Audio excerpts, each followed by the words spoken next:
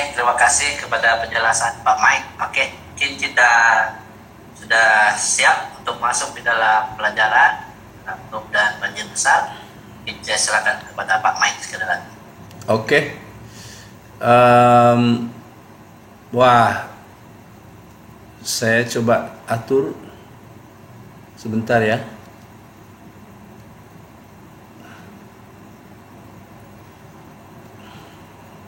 Banyak sekali ya.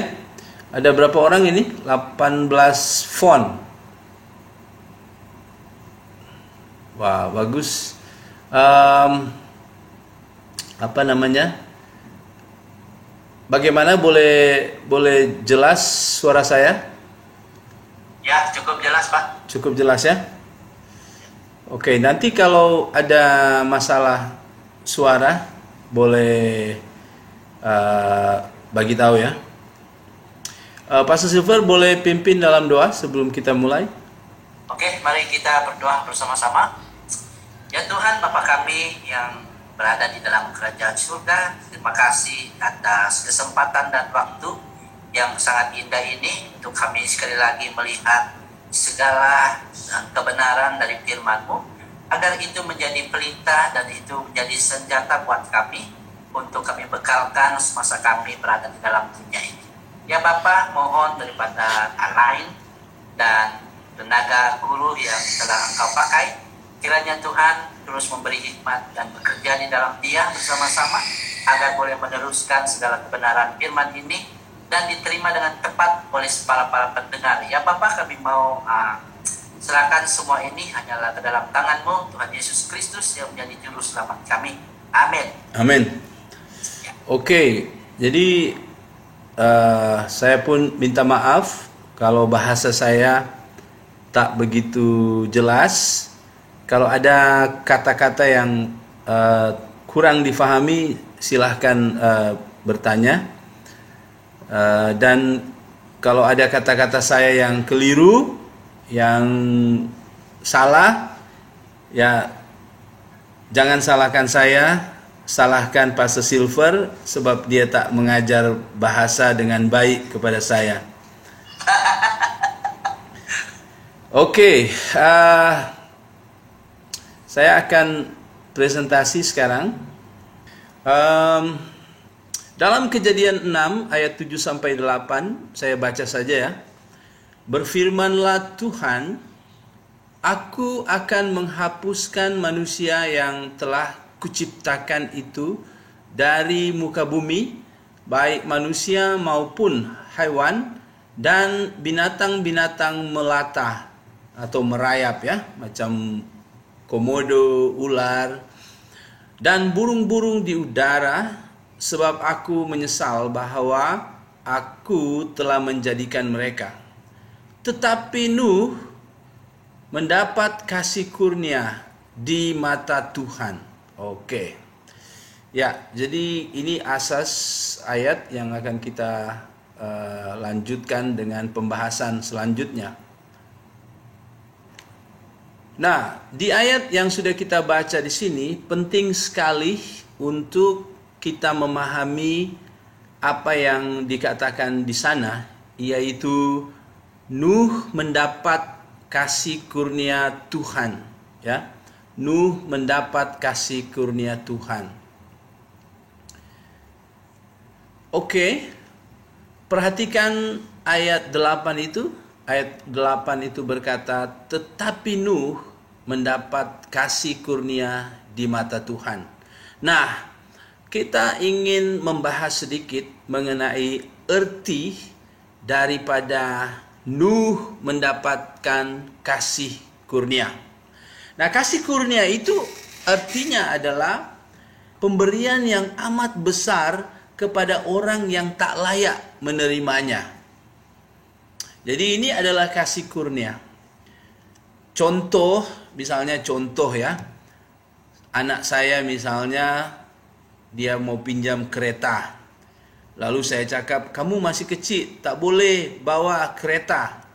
Tapi apabila saya tertidur, dia curi-curi, dia diam-diam, dia ambil kunci, lalu dia pergi dan dia hidupkan kereta dan dia bawa. Dan karena dia masih kecil, dia hantam pokok dan rosak. Dan dia juga mengalami kemalangan yang sangat teruk. Nah, apabila saya terbangun karena ada call dari polis, saya dengar, ada apa nih? Dia cakap, Cik, anak awak kah? Nama ini. Iya. Wah, dia kemalangan sekarang. Dia bawa kereta ini. Waduh, itu anak saya betul. Oke. So, macam mana ini? Tolong selamatkan. Pasti saya akan cepat-cepat pergi ke hospital dan saya akan bagi tahu kepada doktor, tolong selamatkan dia. Tak kisah, kita akan berusaha, tapi saya sangat mohon supaya nyawanya, supaya dia tidak mati. Macam itu ya. Tidak mungkin saya akan pergi kepada anak itu dan berkata, cepat sembuh dan baiki kereta saya. Seharusnya kalau mau adil, saya akan marahi dia dan saya akan berkata, cepat sembuh dan kamu harus baiki kereta saya. Kamu telah melakukan benda yang sangat tak baik. Nah, sebenarnya itu yang harus saya buat. Tetapi ini adalah contoh kasih kurnia, yaitu saya memberikan pemberian yang sangat besar kepada orang yang tak layak menerimanya. Nah, itu yang terjadi ketika orang mendapatkan kasih kurnia dari Tuhan. Jadi dikatakan dalam ayat 8 ini, Nuh mendapatkan kasih kurnia di mata Tuhan. Berarti Nuh juga orang yang berdosa. Orang yang tak layak. Tetapi Allah memberikan pemberian yang luar biasa kepada dia. Yang sebenarnya dia tak layak untuk menerima itu. Itu dia. Nah, mengapa Nuh orang berdosa? Sebab dia keturunan Adam dan Hawa. Kalau keturunan Adam dan Hawa, tentulah semuanya adalah orang berdosa. Nah, coba perhatikan gambar ini, mungkin sudah dilihat ya. Jadi Adam itu, mereka punya anak banyak, bukan cuman Kain dan Habel, tetapi anak lelaki dan anak perempuan. Itulah sebabnya Kain mempunyai istri, ya dulu masih dibenarkan untuk kawin sesama adik-beradik. Sebab pada waktu itu Allah berfirman supaya mereka mendapatkan keturunan, beranak cuculah. Jadi mereka dengan mereka. Tapi selepas sudah semakin ramai, Allah membuat aturan yang baru. Oke, jadi kalau Adam dia mempunyai anak, Habel, Kain, dan anak-anaknya yang lain. Bisa tengok di warna merah ini ya. Lalu Habel dibunuh oleh Kain. Tetapi ada anak lain yang menggantikan Habel, orang yang beriman, yaitu Set. Jadi kita lihat Set punya anak Enos, Kenan, Mahalalel, Yared, Henok, Metusala, Lamek, dan Nuh. Jadi rupanya Nuh ini dari garis keturunan orang-orang yang beriman. Tetapi Kain dia juga punya anak dan membina bangsa yang besar pun. Begitu juga anak-anak yang lain, sehingga sudah banyak bangsa-bangsa di sana. Boleh lihat ini ya. Oke. Nah, Nuh seorang keturunan Set, dan Set adalah seorang yang beriman, dan Enos seorang yang beriman. Lalu selanjutnya kita lihat ayat 9. Ayat 9 berkata, inilah riwayat Nuh. Nuh adalah seorang yang benar dan tidak bercelah di antara orang-orang sezamannya. Dan Nuh hidup bergaul dengan Allah. Wah. Jadi kita perhatikan di sini, ternyata oleh karena Nuh beroleh kasih kurnia daripada Allah, itu ayat 8 ya. Jadi ayat 8 sudah dibagi tahu bahwa Nuh memperoleh kasih kurnia daripada Allah. Maka menarik, hidupnya yang pertama benar dan tidak bercelah di antara orang-orang sezamannya. Wah, Itu dia. Jadi karena Allah membagikan kasih kurnia kepada dia, maka dia menggunakan hidup dia dengan hidup yang benar, dengan hidup yang bertumbuh menjadi orang-orang yang tak sama dengan cara hidup dari orang-orang sesamaan dia. Ya, orang-orang sesamaan dia senang buat dosa, senang buat benda-benda jahat. Nuh tidak. Oke, apalagi yang kedua? Ada yang boleh bagi? Coba Nuh hidup bergaul dengan Allah. Yes. Yang kedua adalah dia bergaul dengan Allah. Nah, bagaimana orang bergaul dengan Allah? Kalau saya bergaul dengan Pastor Silver, saya ada masa bercakap, berbual dengan dia. Dia datang kepada saya. Sekarang tak boleh ya, ada MCO. Kami bergaul, kami berhubungan, kami bersahabat. Nah, itu yang terjadi pada Nuh dengan Allah. Dia doa dengan Allah, dia mendengar suara Allah. Dulu belum ada Bible ya, dulu belum ada Alkitab. Tapi Allah masih bercakap langsung bersemuka dengan manusia pada masa itu. Nah, inilah Nuh. Nah, kalau kita ingat ini Henok, masih ingat Henok? Henok ini adalah Nuh punya ayah Lamek. Nuh punya datuk 1, datuk 2, datuk 3. Datuk 2. Jadi datuk yang kedua atas ini itu Henok. Dia itu hidup bergaul dengan Allah dan diangkat hidup-hidup oleh Allah. Nah, dia bergaul begitu intim dengan Allah. Jadi Nuh pun mendengar kesaksian, cerita, kisah-kisah, ajaran-ajaran dari ayahnya yang bicara tentang datuk-datuknya. Metusala ini datuknya yang tertua, umurnya 969 tahun. Hampir 1000 tahun. Wah, luar biasa ya.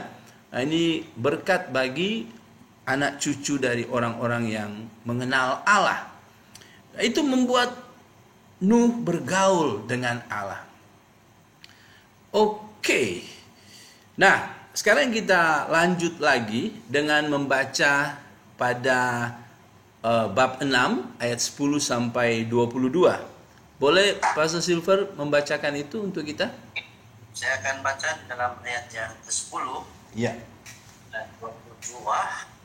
10. Nuh memperanakan 3 orang laki-laki, Sem, Hem, dan Yafet.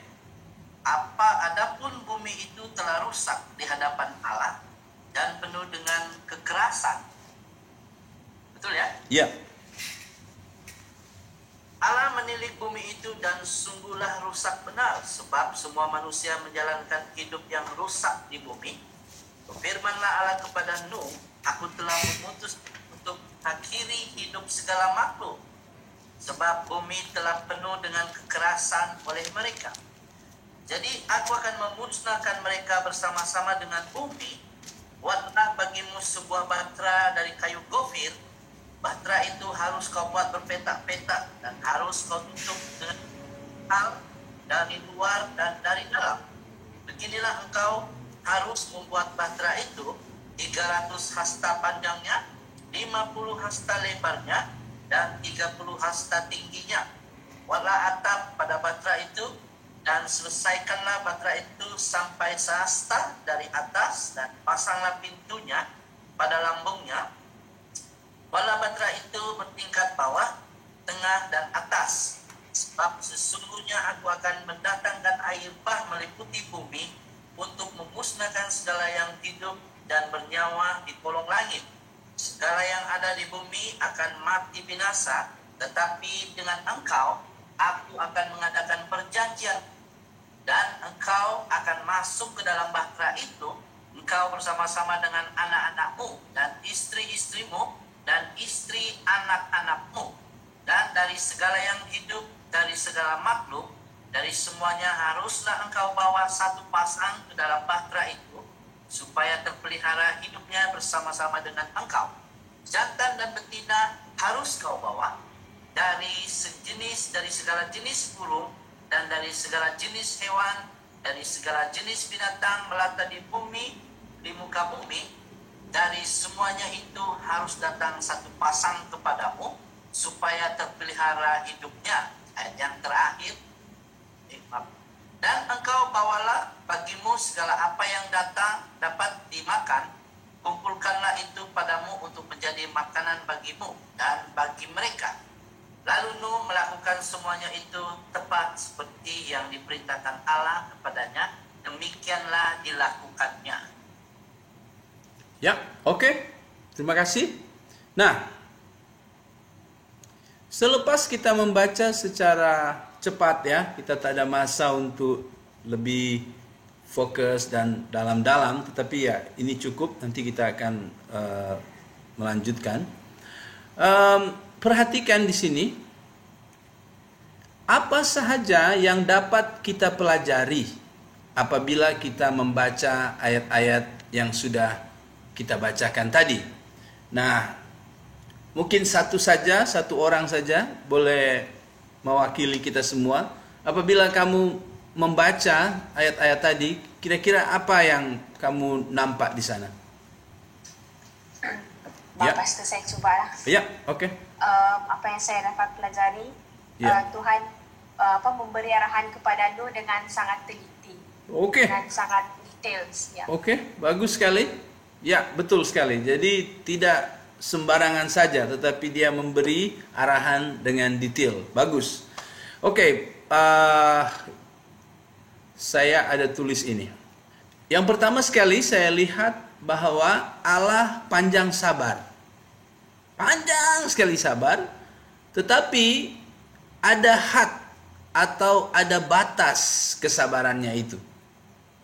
Lalu sekarang had kesabaran dia itu sudah sampai pada hadnya, dan dia ambil keputusan untuk mau memusnahkan bumi dengan air banjir besar ya, atau disebut air bah. Dan Allah merancang untuk menyelamatkan Nuh dan juga keluarganya, juga hewan-hewan. Ya, dan memang betul satu poin yang sudah dilihat oleh teman kita tadi, itu betul, di mana Allah pun merancang dan menetapkan dengan sangat teliti ya. Nah, saya secara khas mau bicara tentang Allah yang begitu panjang sabar ya. Nah, mengapa kita melihat bahwa dia panjang sabar? Kalau kita disakiti oleh seseorang, kita berkata, oke, cukup ya, satu kali cukup ya, jangan dua kali ya. Ketika dia buat dua kali, kita langsung bereaksi, kita langsung membalas. Atau kita juga sudah biasa dengan berkata, sudah dua ya, sudah dua, awas ketiga. Wah, poin ketiga itu sudah habis itu, kita sudah akan balas. Kesabaran kita hanya hitungan 1, 2, 3, begitu ya. Nah, mari kita melihat betapa Allah sangat sabar. Rupanya saya bisa melihat itu pada berapa lama masa yang diperlukan apabila Nuh membina kapal ini. Kamu tahu tak berapa lama, tahun-tahun yang diperlukan oleh Nuh apabila dia diperintahkan untuk membina kapal ini? Kita tidak ada catatan secara persis berapa tahun, tetapi kita mendapat beberapa data, kita mendapat beberapa fakta. Yang pertama, apabila kita melihat Kejadian 5 ayat 32, rupanya pada masa itu umur Nuh berumur 500 tahun. Kemudian apabila kita baca Kejadian 7 ayat 11, umur Nuh pada masa itu 600 tahun. Dan di saat 7 ayat 11, di saat itulah mereka masuk di kapal yang besar itu. Berarti ada lebih sedikit, ada 100 tahun yang diperlukan apabila Nuh mula membina kapal ini. Nah, juga kalau kita membaca pada Kejadian 6 ayat 3, saya baca ya. Berfirmanlah Tuhan, Rohku tidak akan selama-lamanya tinggal di dalam manusia, karena manusia itu adalah daging, tetapi umurnya akan 120 tahun sahaja. Apa maksudnya ini? Apakah umur manusia tinggal 120 tahun? Wah, dulu Nuh 500 tahun. Sekarang hanya akan 120 tahun. Apakah itu maksudnya? Tetapi sekarang ini orang umur 80 tahun pun sudah sangat sulit untuk dapat. Nah, rupanya kita perlu pengkajian dari pakar-pakar yang memahami ini dengan dalam-dalam dan melihat secara asli, teks aslinya. Seperti ini. Rupanya Rohku, ini saya mendapat dari buku sumber sarapanpagi.org. Oke, saya baca ya. Rohku tidak akan selama-lamanya tinggal di dalam manusia. Wah, itu dia punya tulisan, ini bahasa Ibraninya. Jadi kalau bahasa asli Alkitab Perjanjian Lama itu Ibrani ya. Nah, ini dia. Jadi kalau ada yang bisa baca, harus baca dari kanan ke kiri. Dia begini, bukan dari sini ke sini. Dia harus dari sini ke sini. Itu adalah lo yadon ruhi fa adem le olam. Kalau kita perhatikan kata yadon yang diterjemahkan dengan akan tinggal oleh, ini Lembaga Alkitab Indonesia ya, LAI ini. Oleh Lembaga Alkitab Indonesia, sebenarnya bukan itu arti yang sebenarnya.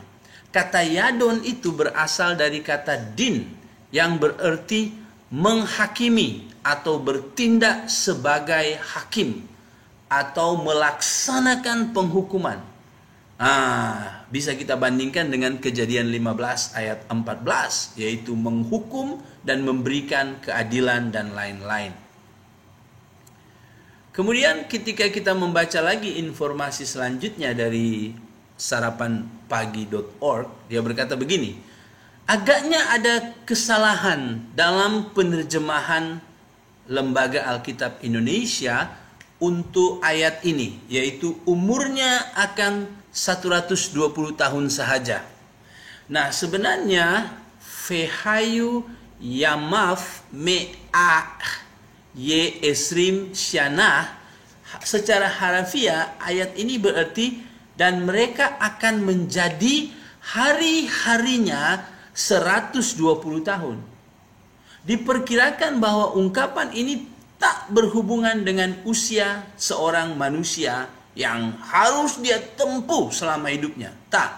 Namun ini berbicara tentang tenggang waktu atau masa antara di mana Allah memberikan kepada manusia sebelum dia menghukum, yaitu selama 120 tahun. Jadi, kalau kita perhatikan Kejadian 6 ayat 3, berfirmanlah Tuhan, Rohku tidak akan selama-lamanya tinggal dalam manusia, karena manusia itu adalah daging, tapi umurnya akan 120 tahun. Sebenarnya itu maksudnya ini, yaitu ternyata Roh Allah tidak akan menghakimi atau belum akan menghukum manusia dalam masa 120 tahun sejak Allah menyampaikan firman-Nya kepada Nuh. Jadi waktu Allah bilang, Nuh, saya akan membinasakan bumi, mulai sekarang akan berjalan 120 tahun. Baru hukuman membinasakan bumi akan saya jalankan. Jadi Tuhan masih memberikan masa yang panjang kepada manusia-manusia di zaman Nuh. Yaitu Tuhan menunggu sampai 120 tahun. Ketika 120 tahun itu tidak diambil oleh manusia-manusia pada zaman itu untuk bertaubat, maka penghakiman akan Allah jalankan. Nah, saudara, 120 tahun bukan jangka masa yang singkat. Ini adalah suatu jangka masa yang cukup panjang. Tuhan memberikan masa yang panjang, menunjukkan Tuhan panjang sabar, Tuhan murah hatinya. Nah, menarik, kita lompat ya. Sekali-sekala kita lompat melihat di perjanjian baru. Karena ada informasi yang sesuai. Nah, kalau kita melihat dalam perjanjian baru, yaitu di 2 Petrus 2 ayat 5, dikatakan begini. Dan jikalau Allah tidak menyayangkan dunia purba, ini bicara tentang dunia di zaman Nuh ya, tetapi hanya menyelamatkan Nuh, pemberita kebenaran itu, dengan 7 orang lainnya. Siapa 7 orang lainnya? Istri, 3 anak, dan 3 anak mantu. Jadi 7 tambah Nuh 8. Ketika ia mendatangkan air bah atas dunia orang-orang yang fasik. Jadi kalau kita tengok antara penulisan kitab Kejadian dan penulisan kitab Petrus itu sudah terentang masa antaranya sudah ada beberapa ribu tahun. Tetapi Petrus tetap menceritakan kisah Nabi Nuh dengan tepat. Berarti ini adalah kebenaran. Dan memang kitab suci kita, walaupun ditulis oleh banyak orang, 40 orang lebih, 41 orang, ditulis dalam masa yang sangat jauh, 1600 tahun. Ditulis di tempat-tempat yang berbeza, tetapi tidak ada yang berselisih di sana. Nah, kita tengok di ayat yang sudah kita perhatikan dalam 2 Petrus 2 ayat 5, saya garis bawahi pemberita kebenaran. Nuh pemberita kebenaran. Berarti Nuh bukan hanya membina kapal, tetapi Nuh sementara dia membina kapal yang memerlukan masa 100 tahun, tapi Nuh juga bekerja keras untuk memberitakan kebenaran. Hei orang-orang, bertobat karena Tuhan akan mendatangkan penghukuman. Dia akan datangkan air dan akan memusnahkan semua kamu. Bertobatlah. Dia juga memberitakan kebenaran-kebenaran ini. Dan itu dia lakukan selama 120 tahun. Allah melalui Nuh menyerukan panggilan pertaubatan kepada semua orang supaya semua orang itu tak jadi mendapatkan penghukuman yang mengerikan ini. Wah, inilah kita lihat Allah sangat panjang sabar. Jadi Allah bukan melihat mereka jahat. Oke, saya bunuh semua dengan air bah. Tidak. Allah begitu mengasihi supaya mereka boleh bertaubat menggunakan masa yang begitu panjang. Ya. Jadi saya harap kita jelas di sini melihat apabila nanti ketika penghukuman datang, itu sudah hadnya. Itu sudah melalui satu kesabaran yang amat panjang. Oke, nah sekarang tengok gambar ini. Nampak ya? Ya, nampak. Oke. Saya ada soalan ini. Banyak sekali gambar ini. Bagaimana nak masukkan semua haiwan ini dalam sebuah kapal? Wah, tengok ini gajah ya. Oke. Untuk kita boleh faham, kita harus mengerti tentang ukuran kapal itu. Seperti tadi ya, sudah dibagi tahu Allah memberikan rincian yang begitu tepat ya. Nah, perhatikan dalam Kejadian 6 ayat 14 sampai 16. Saya baca saja. Atau Pastor Silver boleh baca ini? Siapa? Ya. Walah bagimu sebuah batra dari kayu gopir, Bahtera itu harus kau perbuat berpetak-petak dan harus kau tutup dengan pakal dari luar dan dari dalam. Beginilah engkau harus membuat bahtera itu. 300 hasta panjangnya, 50 hasta lebarnya, dan 30 hasta tingginya. Buatlah atap pada bahtera itu, dan selesaikanlah bahtera itu sampai sehasta dari atas. Dan pasanglah pintunya pada lambungnya. Buatlah bahtera itu bertingkat bawah dengan tengah dan atas. Oke. Jadi sangat teratur, ukuran-ukurannya ada, bentuk-bentuknya jelas. Inilah ukuran kapal besar itu. Panjangnya 300 hasta. Hasta itu kalau di meter itu adalah 133 meter. Atau kalau kaki 436,352 kaki. Lalu lebarnya itu 22 meter atau 72,1785 kaki. Saya tak begitu paham kaki. Tinggi 13 meter atau 42 poin sekian-sekian kaki. Dan bertingkat 3.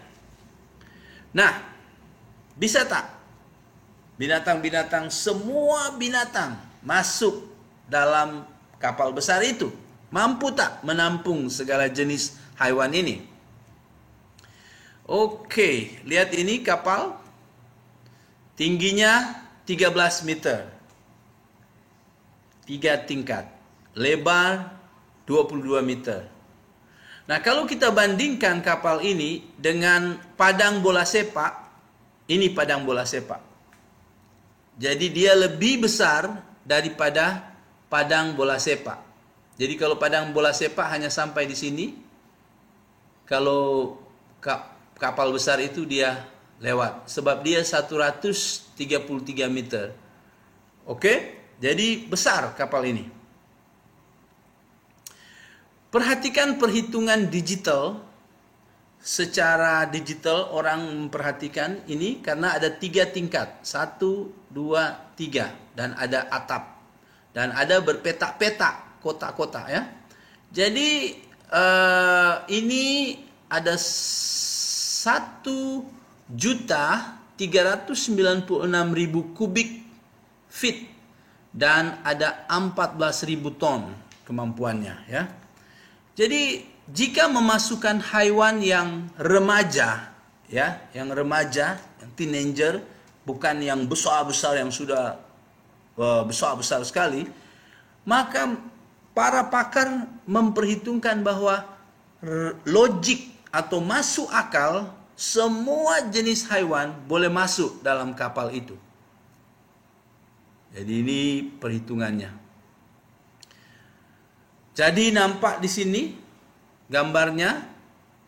Tengok ini binatang-binatang itu besarnya seperti ini dan ini kapalnya. Jadi gambar yang seperti ini adalah gambar yang mengelirukan.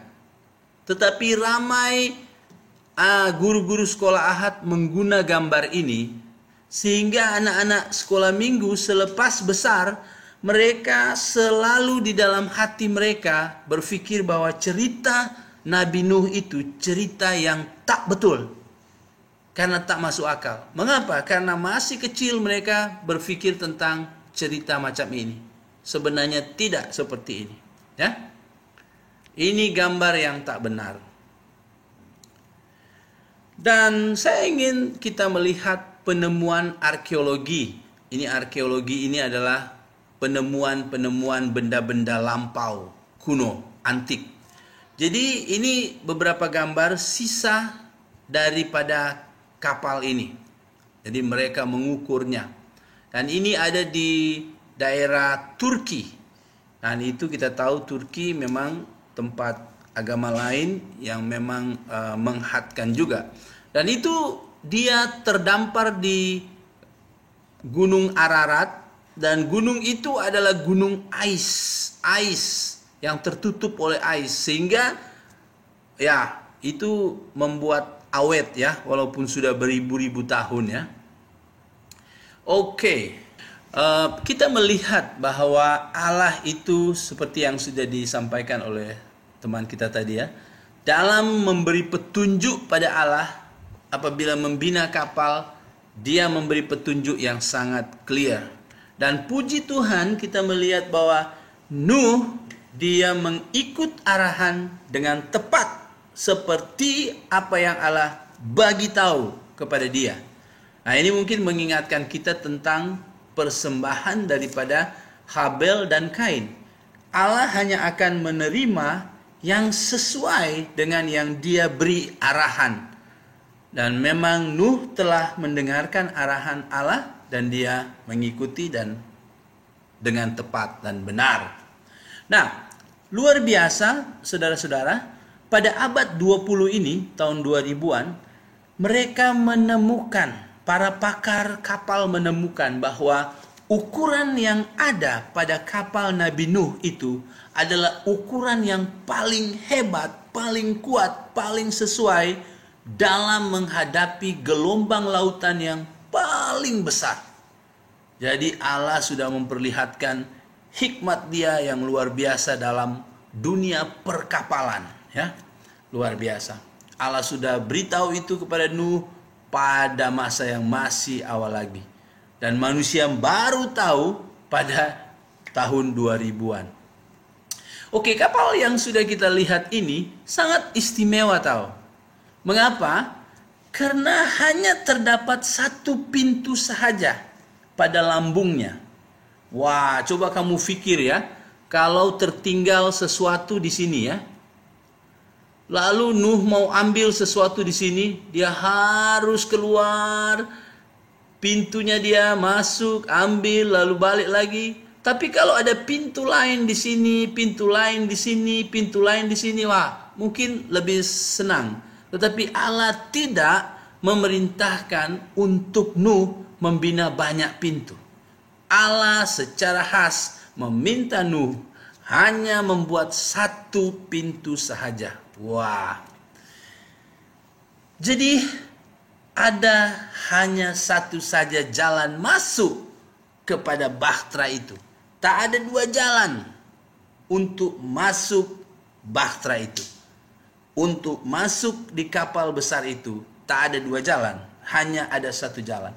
Untuk selamat, untuk terhindar daripada banjir besar itu, harus masuk di kapal besar ini.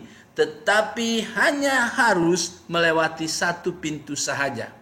Menarik, kita sudah lihat tadi, atau dalam pelajaran-pelajaran sebelumnya, ada satu pokok kehidupan. Ada satu cara datang pada Allah. Ada satu kapal. Dan dalam kapal itu hanya ada satu pintu sahaja. Oke, ini sifat karakter Allah dalam memberikan penyelamatan. Nah, mari kita pikir tentang tugas lain yang Allah bagi kepada Nuh, yaitu tugas untuk mengumpulkan sepasang-sepasang haiwan atau setiap macam jenis binatang. Wah, ini tugas yang sangat mencabar, ya. Tetapi bagaimana ini? Jadi kita melihat bahwa tugas membina kapal yang besar pasti mencabar. Apalagi tidak ada orang yang mau bantu.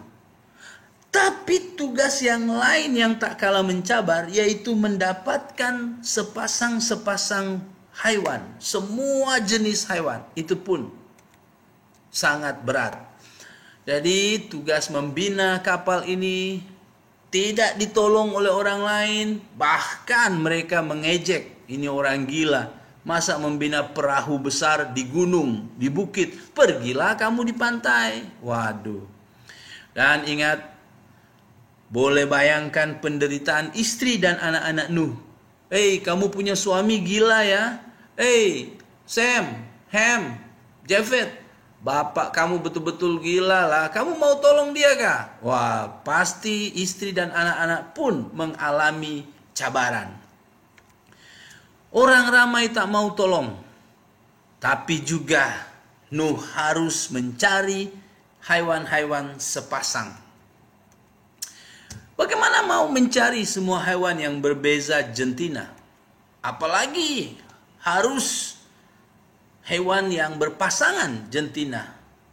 Saya tak senang saya mau tahu ini kucing lelaki atau kucing perempuan. Mungkin ada kawan-kawan di Sabah sangat pintar tahu itu. Saya tak begitu tahu. Kata ya, kodok lelaki, kodok perempuan. Wah, apalagi kalau kita mau cari harimau yang masih muda, yang belum tua, yang berambut besar, itu ya senang kita tahu mana yang lelaki, yang perempuan. Tetapi ketika mereka masih remaja, macam sama saja. Dan kita tak boleh tanya, harimau sebentar ya, saya nak tengok kamu lelaki tak? Wah, harimau boleh bunuh itu. Ular, tangkap ular dan tengok lelaki kah kamu? Lelaki awak kah? Ayo, susah. Nah ini boleh membuat Nuh beralasan, Tuhan saya tak mau, kerjaan ini terlalu berat, kerjaan ini terlalu sukar, melampau kemampuan saya. Nuh tak cakap begitu. Nuh orang yang bergaul dengan Allah, dan Nuh punya kefahaman, kepastian bahwa kalau Tuhan memberikan tugas, pasti Tuhan akan sertai dengan kemampuan dari Tuhan. Maka Nuh tetap jalan. Nuh memang orang yang beriman. Selepas dia mendapat kasih kurnia dari Tuhan, dia bertumbuh beriman dengan Tuhan. Dan dia melakukan apa yang Tuhan perintahkan. Kalau kita membaca bab 7, kita tak ada masa untuk baca, tapi saya akan jelaskan sedikit. Di dalam bab 7, khususnya ayat 8 sampai ayat 9, ternyata, kamu boleh baca sendiri, ternyata Allah lah yang mendatangkan segala jenis binatang itu mendapatkan Nuh. Wah, haleluya. Rupanya Nuh, Sem, Ham, dan Yafet tak perlu susah-susah mencari semua jenis-jenis hewan itu. Tetapi Tuhan yang mendatangkan mereka. Wah, tak susah bagi Tuhan. Dia suruh malaikat-malaikatnya yang berbilion-bilion banyaknya pegang harimau punya janggut, ikut. Wah, ikut semua. Mereka taat semua dan mendapatkan Nuh, dan disitulah Sem, Ham, dan Yafet mengarahkan ke bilik-bilik yang sudah mereka siapkan. Dan yang hairan, orang-orang pada masa itu hanya terkejut-kejut. Nah ini banyak orang suka lihat mujizat. Wah, orang sembuh, mujizat. Tetapi orang yang hanya melihat mujizat dan tidak mendengar firman Tuhan dengan baik adalah orang yang tidak beriman dengan betul. Tengok orang-orang di zaman Nuh, sudah tengok mujizat-mujizat ini, tapi mereka tak percaya apa yang Nuh sampaikan. Mereka hanya tengok saja kejadian yang luar biasa, semua binatang masuk di kapal itu, tapi mereka tak mau masuk. Dan apa yang terjadi? Yang terjadi adalah pengalaman pertama mereka tengok langit terbuka dan turunkan hujan yang tak henti-hentinya, ya. Baru-baru kita dengar di kawasan orang asli, wah banyak sekali air yang luar biasa. Tetapi itu sangat kecil dibandingkan dengan masa ini. Sebab gunung-gunung pun tertutupi oleh air semua. Tuhan membukakan, Tuhan mendatangkan air, dan Tuhan membuka samudra-samudra raya sehingga gunung-gunung pun tertutup. Gunung Kinabalu pun tertutup. Ada penemuan di mana orang hairan, di atas gunung ada fosil ikan, ada tulang ikan yang besar. Mereka rasa hairan, mengapa ada tulang ikan yang besar di atas gunung? Tak mungkinlah Pastor Silver naik gunung Kinabalu bawa ikan yang besar dan makan dan barbecue di sana. Pasti buat kecil-kecil sebab letih, berat untuk bawa di sana. Saudara, mengapa ada tulang ikan di atas gunung yang begitu besar? Itu jawabannya adalah karena air melampaui gunung-gunung, tetapi pada masa mulai turun airnya, ikan sempat berenang pada pas di atas bukit. Dan waktu air terus menurun, ikan habis air menggelepar di sana dan mati di sana. Saudara, luar biasa. Air menutupi dunia pada waktu itu. Yang di luar bahtera tidak ada satupun yang dapat hidup. Di sini kita melihat bahwa Allah yang panjang sabar, tapi benci terhadap dosa. Dan dosa akan dibinasakan. Tak satupun yang di dalam bahtera mati. Tak ada. Yang di luar tak ada satupun yang selamat. Bahtera itu tak ada kemudi, tak ada steering, kiri-kiri, kanan-kanan, tak ada. Tapi itu tak penting. Yang penting adalah masuk di dalam. Nanti Tuhan yang akan kemudi. Tuhan yang akan drive. Itu urusan Tuhan. Dan akhirnya kita lihat di sini bahwa itu terdampar di Gunung Ararat. Dan selepas masanya Allah membenarkan untuk turun. Nah, pikirkan sekejap hal ini. Dari mana air datang? Ya, sehingga gunung-gunung pun ditutupi. Dari mana? Ada yang bisa ingat? Bagaimana Allah mendatangkan air-air itu? Oke, karena masa saya pikir saya jawab saja ya. Ingat, ketika Allah mencipta langit dan bumi, sebelum Allah mencipta daratan, Alkitab berkata apa? Bumi belum berbentuk dan gelap gulita, samudra raya menutupi. Jadi sebelum ada tanah, itu semua hanya air. Dan nanti ketika Allah mencipta hari kedua, Allah mencipta cakrawala atau langit, di mana Allah memisahkan ada air di atas dan ada air di bawah. Itu adalah cakrawala, memisahkan air di atas dan air di bawah. Jadi kalau cakrawala atau langit Tuhan buka, maka penuh semula dunia ini. Jadi Allah mendatangkan air dari mana? Jawabannya senang saja, sebab dulu penuh dengan air. Nanti ketika Allah buat langit, maka ada air di atas. Tapi kalau Allah membuka pintu-pintu langit, maka pasti air akan datang lagi dan bumi tertutup penuh. Gunung-gunungnya pun. Oke? Saya harap boleh paham di situ.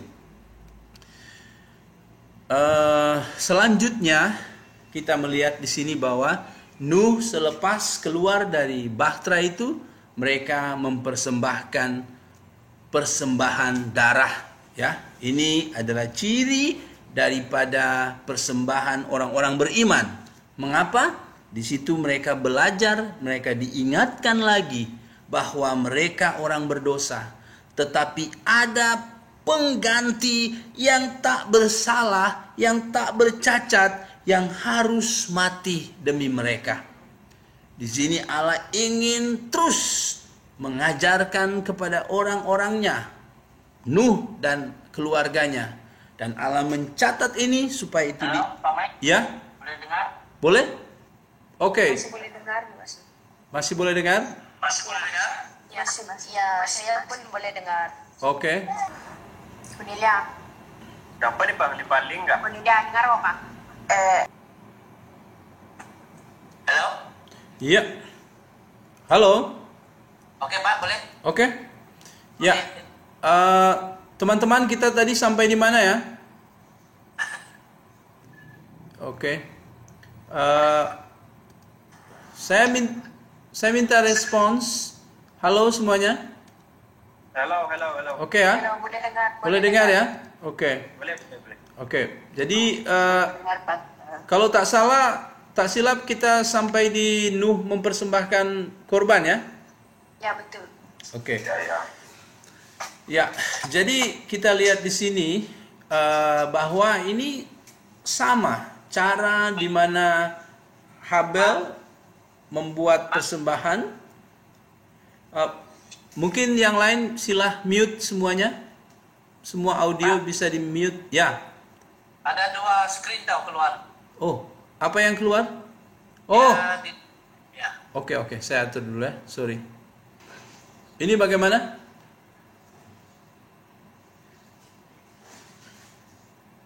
Nah, sudah oke. Sudah oke ya? Oke.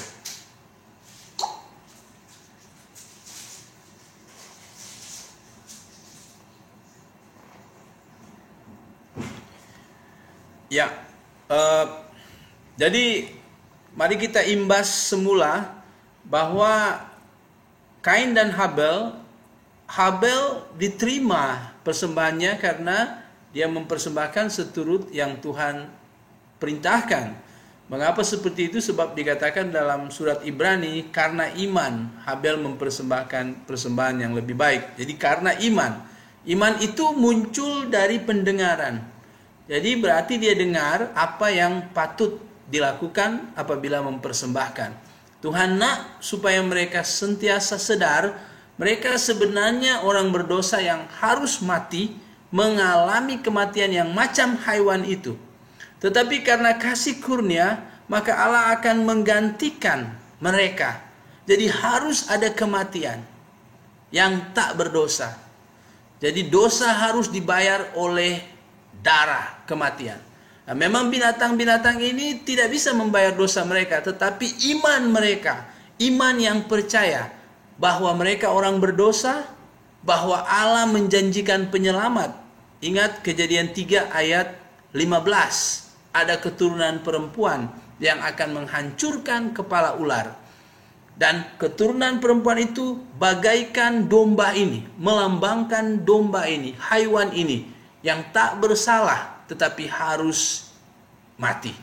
Nah, itu pun yang dilakukan oleh Allah apabila Adam dan Hawa harus Allah tukar pakaian mereka.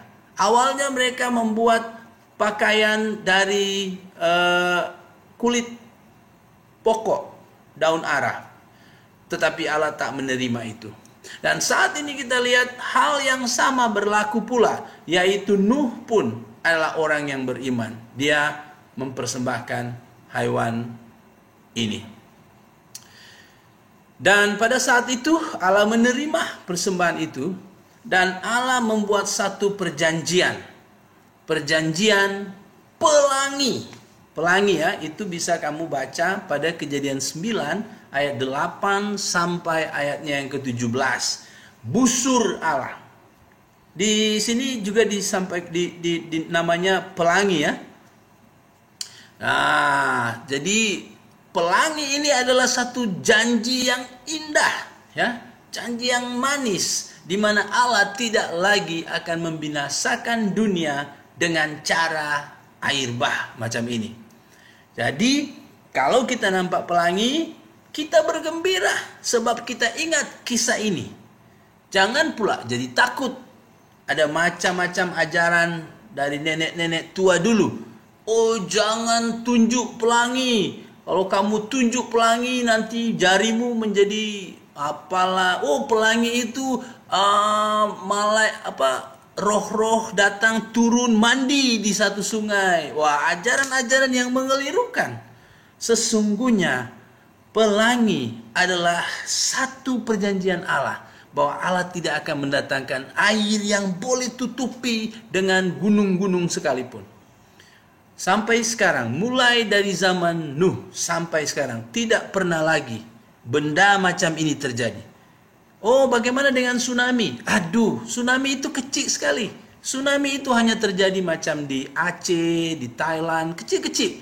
Tetapi dulu dalam satu masa sekejap, seluruh dunia, Amerika, Australia, Eropa, Asia, Afrika, semua lenyap ditutupi oleh air yang tingginya melampaui gunung-gunung. Oke. Fikirkan, mengapa sekarang domba atau kambing biri-biri masih ada lagi? Bukankah Nuh sudah kurbankan? Ya kan? Kalau Nuh sudah kurbankan yang jantan, kalau hanya betina terus, nanti betina itu semakin tua dan mati. Tidak ada yang bisa mengawininya karena yang jantan sudah mati. Tetapi jangan salah, kalau kita melihat Kejadian 7 ayat 2, menarik sekali di sana.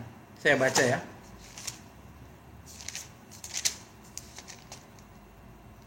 Ya, Kejadian 7 ayat 2. Dari segala binatang yang tidak haram, haruslah kau ambil 7 pasang jantan dan betinanya.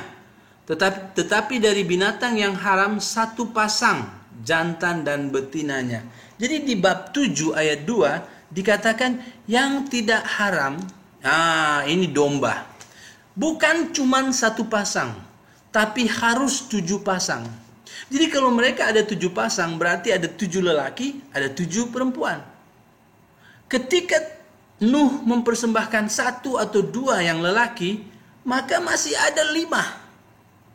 Oleh itu, kambing biri-biri atau domba masih terus ada, ya. Jadi Tuhan sudah prepare, Tuhan sudah persiapkan hal ini. Jadi kalau Nuh membuat persembahan, ada sebab yang dia bawa masuk di kapal bukan hanya 1 pasang, tetapi 7 pasang haiwan yang tak haram yang akan dia bisa persembahkan.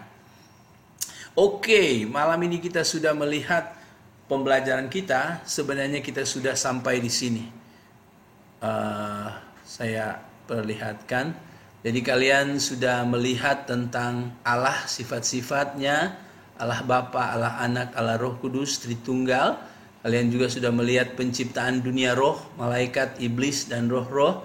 Kalian pun sudah melihat dunia fisik atau ciptaan yang bisa dirabah, dipegang, dilihat, yaitu manusia, Adam dan Hawa, dan seluruh bumi ini dicipta, lalu dia mencipta pada hari yang terakhir Adam, Hawa, dan kita lihat keturunan Kain, Habel, Set.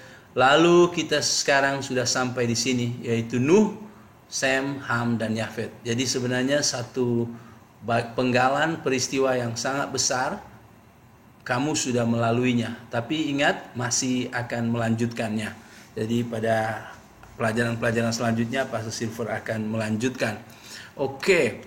Nah, selanjutnya di slide yang terakhir ini kamu bisa melihat di Kejadian 11 ayat 1 sampai 8, dan mungkin pelajaran berikutnya kamu akan bersama-sama dengan Pastor Silver menjawab soalan ini, yaitu apa dosa yang nampak pada Kejadian 11 ayat 1 sampai 8. Dan saya tidak akan membahas itu.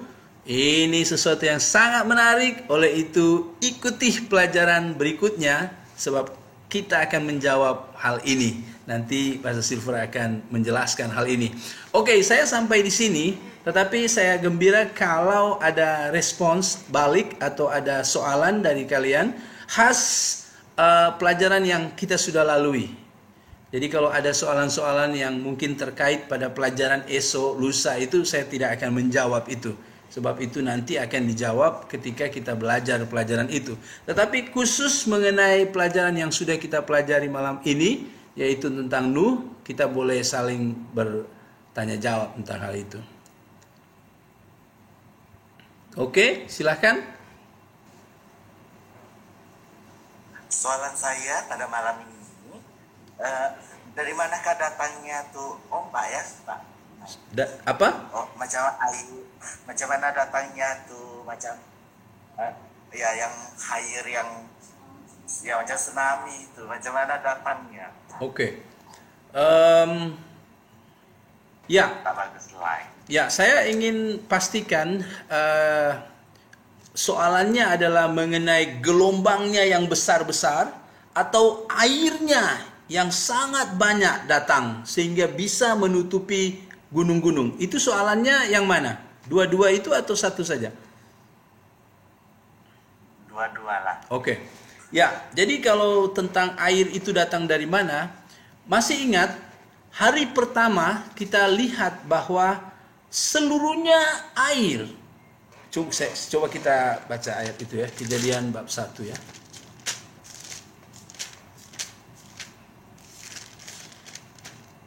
Pada mulanya Allah menciptakan langit dan bumi. Bumi belum berbentuk dan kosong, gelap gulita menutupi samudra raya, dan roh Allah melayang-layang di atas permukaan air. Jadi belum ada segala-galanya, yang ada hanyalah air semuanya. dan dalam keadaan kegelapan. Lalu pada hari pertama Allah menciptakan terang. Tapi pada hari kedua Allah menciptakan langit atau cakrawala. Dan itu dikatakan begini. Maka Allah menjadikan cakrawala dan ia memisahkan air yang ada di bawah cakrawala itu dari air yang ada di atasnya. Dan jadilah demikian. Lalu Allah menamai cakrawala itu langit, jadilah petang, jadilah pagi. Jadi rupanya air-air ini Allah bahagi. Ada satu yang Allah bagi naik ke atas. Lalu ada yang di bawah. Dan antara ini disebut langit atau cakrawala. Jadi bayangkan kalau Allah buka langit, apa yang terjadi? Air yang di atas itu akan turun semula dan memenuhi semula. Jadi soalan tentang dari mana Allah datangkan air? Allah datangkan air dari air-air yang dulu dia letak di atas cakrawala. Oke? Oke, thank you. Soalan yang kedua yaitu bagaimana dengan ombak-ombak? Nah, ombak-ombak itu terjadi ketika di bawah air itu ada karang-karang ya, ada bukit-bukit. Nah, air itu, jadi kalau dia mulai naik, kalau kita lihat banjir ya, banjir itu waktu air sudah mulai banyak di gunung, air itu akan begitu cepat datang. Nah, ini sangat kuat. Lalu, kalau Allah datangkan angin, maka ketika air semakin banyak, itu pun akan semakin kuat menghantam semuanya. Jadi, mengapa begitu kuat ombaknya dan lain sebagainya? Itu karena permukaan bumi tidak datar, tetapi ada berbukit-bukit. Maka air menjadi bergelora di sana. Oke, bagus soalannya. Ada lagi? Selamat malam, Pastor. Ya, selamat malam. Ya, dari Tawau Sabaya. Oh, halo. Ya. Pastor, begini. Ya. Untuk semalam kami ada kelas tentang keturunan Adam. Oke. Kemarin malam dengan Pastor Selkan. Cuma mungkin tidak kesempatan saya untuk bertanya sama Dela. Iya. Jadi kalau Pastor mungkin pun boleh terangkan juga, tidak ada masalah lah, so kami pun mau tahu juga kan. Oke, begini soalnya Pastor, untuk yang keturunan Adam, Iya. sila keluarga Adam bah. Oke, untuk keluarga Adam nih kan, dia Adam sehingga kepada Nuh, betul? Betul. Oke, untuk yang keluarga Adam nih, sila dia, kita tahu semua nih yang beriman, keluarga yang beriman dengan Tuhan Allah kan? Iya. Oke, jadi saya mau tanya untuk yang keturunan nih, Adam nih, saya mau tanya Henok nih. Iya. Henok dia diangkat secara gaib kan? Iya, betul.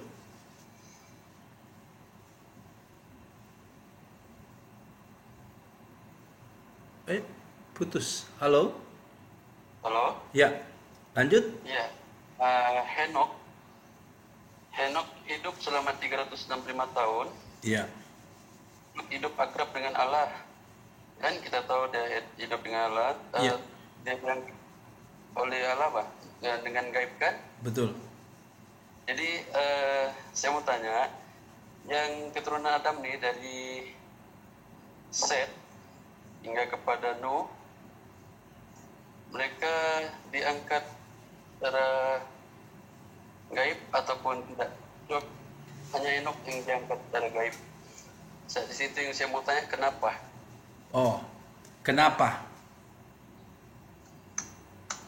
Oke. Ya, jadi pertama sekali yang diangkat secara gaib hanya Henok. Hanya Henok ya. Tidak semua. Ya. Tidak semua. Ya. Sekarang soalannya mengapa? Mengapa Allah hanya angkat Henok? Ya, betul. Jadi kita tidak tahu mengapa, tetapi itu kemauan Allah, hak otoritas Allah. Tetapi saya ada satu pikiran, ini mau membuktikan kepada manusia bahwa manusia harus mengerti bahwa mengangkat manusia ke surga bukanlah benda yang asing. Itu Allah sudah pernah lakukan. Jadi kalau ada janji bahwa orang-orangnya akan dia angkat, itu jangan berpikir bahwa itu tak mungkin. Tetapi itu sudah pernah Allah demonstrasikan, itu sudah pernah Allah perlihatkan. Sehingga kalau ada ajaran dalam Alkitab bahwa akan ada pengangkatan, maka itu adalah benda yang bukan benda asing. Itu benda yang sudah pernah Allah perlihatkan, bahwa itu bukan hal yang tak masuk akal. Itu hal yang wajar, Allah boleh buat itu. Mungkin itu yang bisa saya jawab. Oke, Pastor, paham. Oke. Terima kasih. Makasih. Oke. Pastor Silver bagaimana? Masih ada masa atau bagaimana?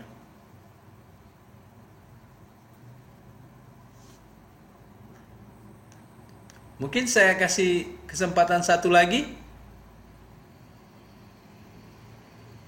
Ya, masih boleh. Ada yang masih mau bertanya, silakan. Dari Johor. Oh, ada dari Johor ya? Dari saya tak ada, Oh, oke.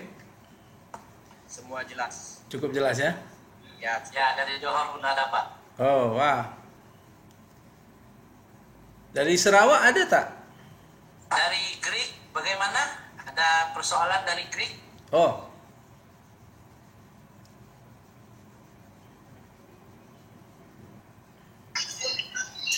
Malam Pastor, oke. Selamat malam. saya ada soalan sedikit. Oke. Apakah nama binatang yang kena sebut haram dengan tidak haram? Ya. Itu saja. Oke. Ya, jadi memang pada masa Nuh, Sarawak? itu Ada Sarawak. pertanyaan dari Sarawak? Itu Sarawak ya? Saya dari Sabah. Oh, Sabah ini. Ini Sabah, Silver. Saya duduk Sungai Siput. Oh, oke. Jadi line cukup dengar ya? Bagus ya? Ya, bagus. Saya di Sungai Siput. Oh, Sungai Siput. Oh, oke. Tapi orang Sabah. Ya. Oh, oke. Ya. Jadi memang pada masa Nuh sudah ada binatang haram dan binatang halal. Itu Tuhan sudah tetapkan seperti itu. Dan pada masa itu kita tidak tahu mana yang haram, mana yang halal. Sebab belum ada tertulis. Nanti pada zaman Musa baru ada rincian yang tertulis. Jadi ada tulisan termasuk babi haram. Dan ada beberapa lagi ya yang ditulis di sana. Memang itu ada binatang haram, binatang halal. Lalu mungkin kita bertanya ya, lalu bagaimana sekarang? Ya, bagaimana sekarang? Memang ada pertukaran. Saya tidak akan menjelaskan sekarang secara panjang lebar tentang hal ini. Nanti itu akan dijelaskan ketika kita masuk pada pelajaran seterusnya. Tetapi pertama sekali saya ingin jelaskan bahwa sebenarnya manusia tidak dibenarkan Allah untuk makan binatang. Jadi kalau kita lihat dalam penciptaan, dalam Kejadian berapa tuh ya? Kalau tak salah silap, coba saya tengok ya, Kejadian mana itu ya? Ini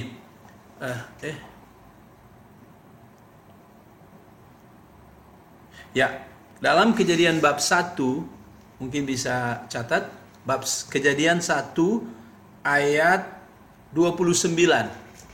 Sekali lagi, Kejadian 1 ayat 29 tercatat begini. Berfirmanlah Allah, lihatlah aku memberikan kepadamu segala tumbuh-tumbuhan yang berbiji di seluruh bumi dan segala pohon-pohon yang buahnya berbiji. Itulah akan menjadi makananmu. Tetapi kepada segala binatang di bumi dan segala burung di udara dan segala yang merayap di bumi yang bernyawa, ku berikan segala tumbuh-tumbuhan hijau menjadi makanannya.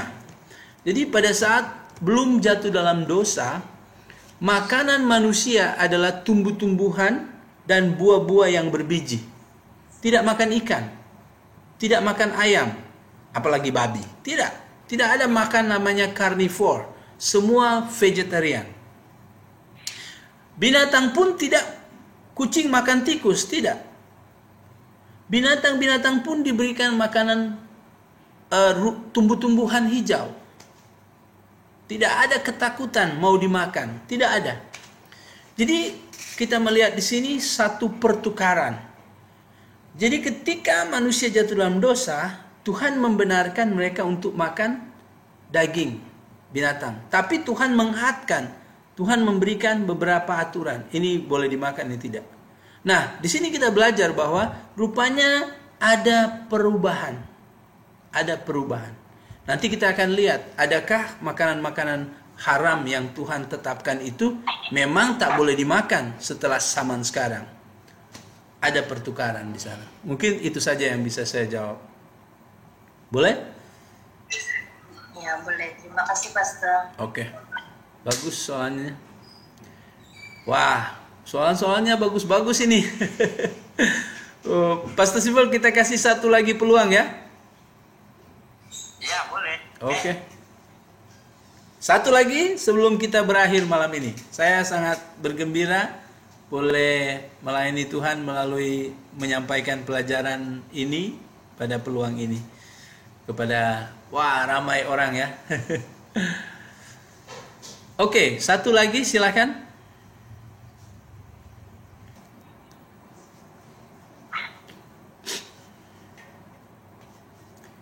Oke, mungkin sudah cukup jelas kalau begitu. Kita akan tutup. Pastor Silver cukup ya. Saya serahkan ke Pastor Silver. Silakan. Oke. Boleh tak kita tangkap gambar? Kalau boleh kasih on semua video. Iya. Kasih on dulu semua video, lepas itu kita akan tangkap gambar, lepas itu kita akan tutup langsung. Ada berapa clear ya dia punya line? Iya, dan banyak. Oke, ini sudah. Wah. Wah, bukan main ya. Boleh terhubung semua ini.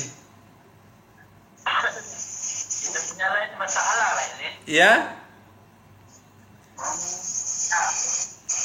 Kalau dengan Zoom Pak. Ya, kalau dengan Zoom lebih clear juga. Mungkin kan dia free jadi dia agak susah. Ya. Wah, oke lah. Tapi ini cukup. Oke. Sulit, memang susah. Ya. Oke, saya sudah tangkap sedikit. Oke, terima kasih semuanya. Terima kasih, Pastor. Oke, sama-sama. Boleh buka. Oke. Oke. Kita sudah tutup. Ya. Oke, kita berdoa, saya akan pimpin kita dalam doa. Ya Tuhan, Bapa kami yang berada dalam kerajaan surga, terima kasih di atas penyertaan-Mu. Kiranya Tuhan, pelajaran yang telah kami pelajari sebentar tadi itu akan menjadi berkat buat kami untuk kami membawa dalam setiap kehidupan kami masing-masing. Ya Tuhan, terima kasih di atas penyertaan-Mu sebentar tadi, dan kami begitu clear untuk mendengar segala pelajaran-pelajaran, dan kami juga berterima kasih kepada guru yang telah Tuhan percayakan untuk mengajar kami, dan kiranya Tuhan terus menyertai dia dalam setiap apapun yang dia kerjakan. Ya Tuhan, pada malam hari ini sekali lagi kami mengucap syukur di atas nama-Mu, dan karena Engkau kami boleh ada sampai hari ini. Terima kasih Bapa, dan hanyalah dalam nama-Mu ya Tuhan Yesus Kristus kami sudah berdoa. Amin. Amin. Amin. Oke. Terima kasih semuanya. Amin. Amin. Oke, thank you, Pastor. Oke, thank you. Oke. Oke, bye-bye. Thank you, Pastor. Oke, thank you. Selamat malam.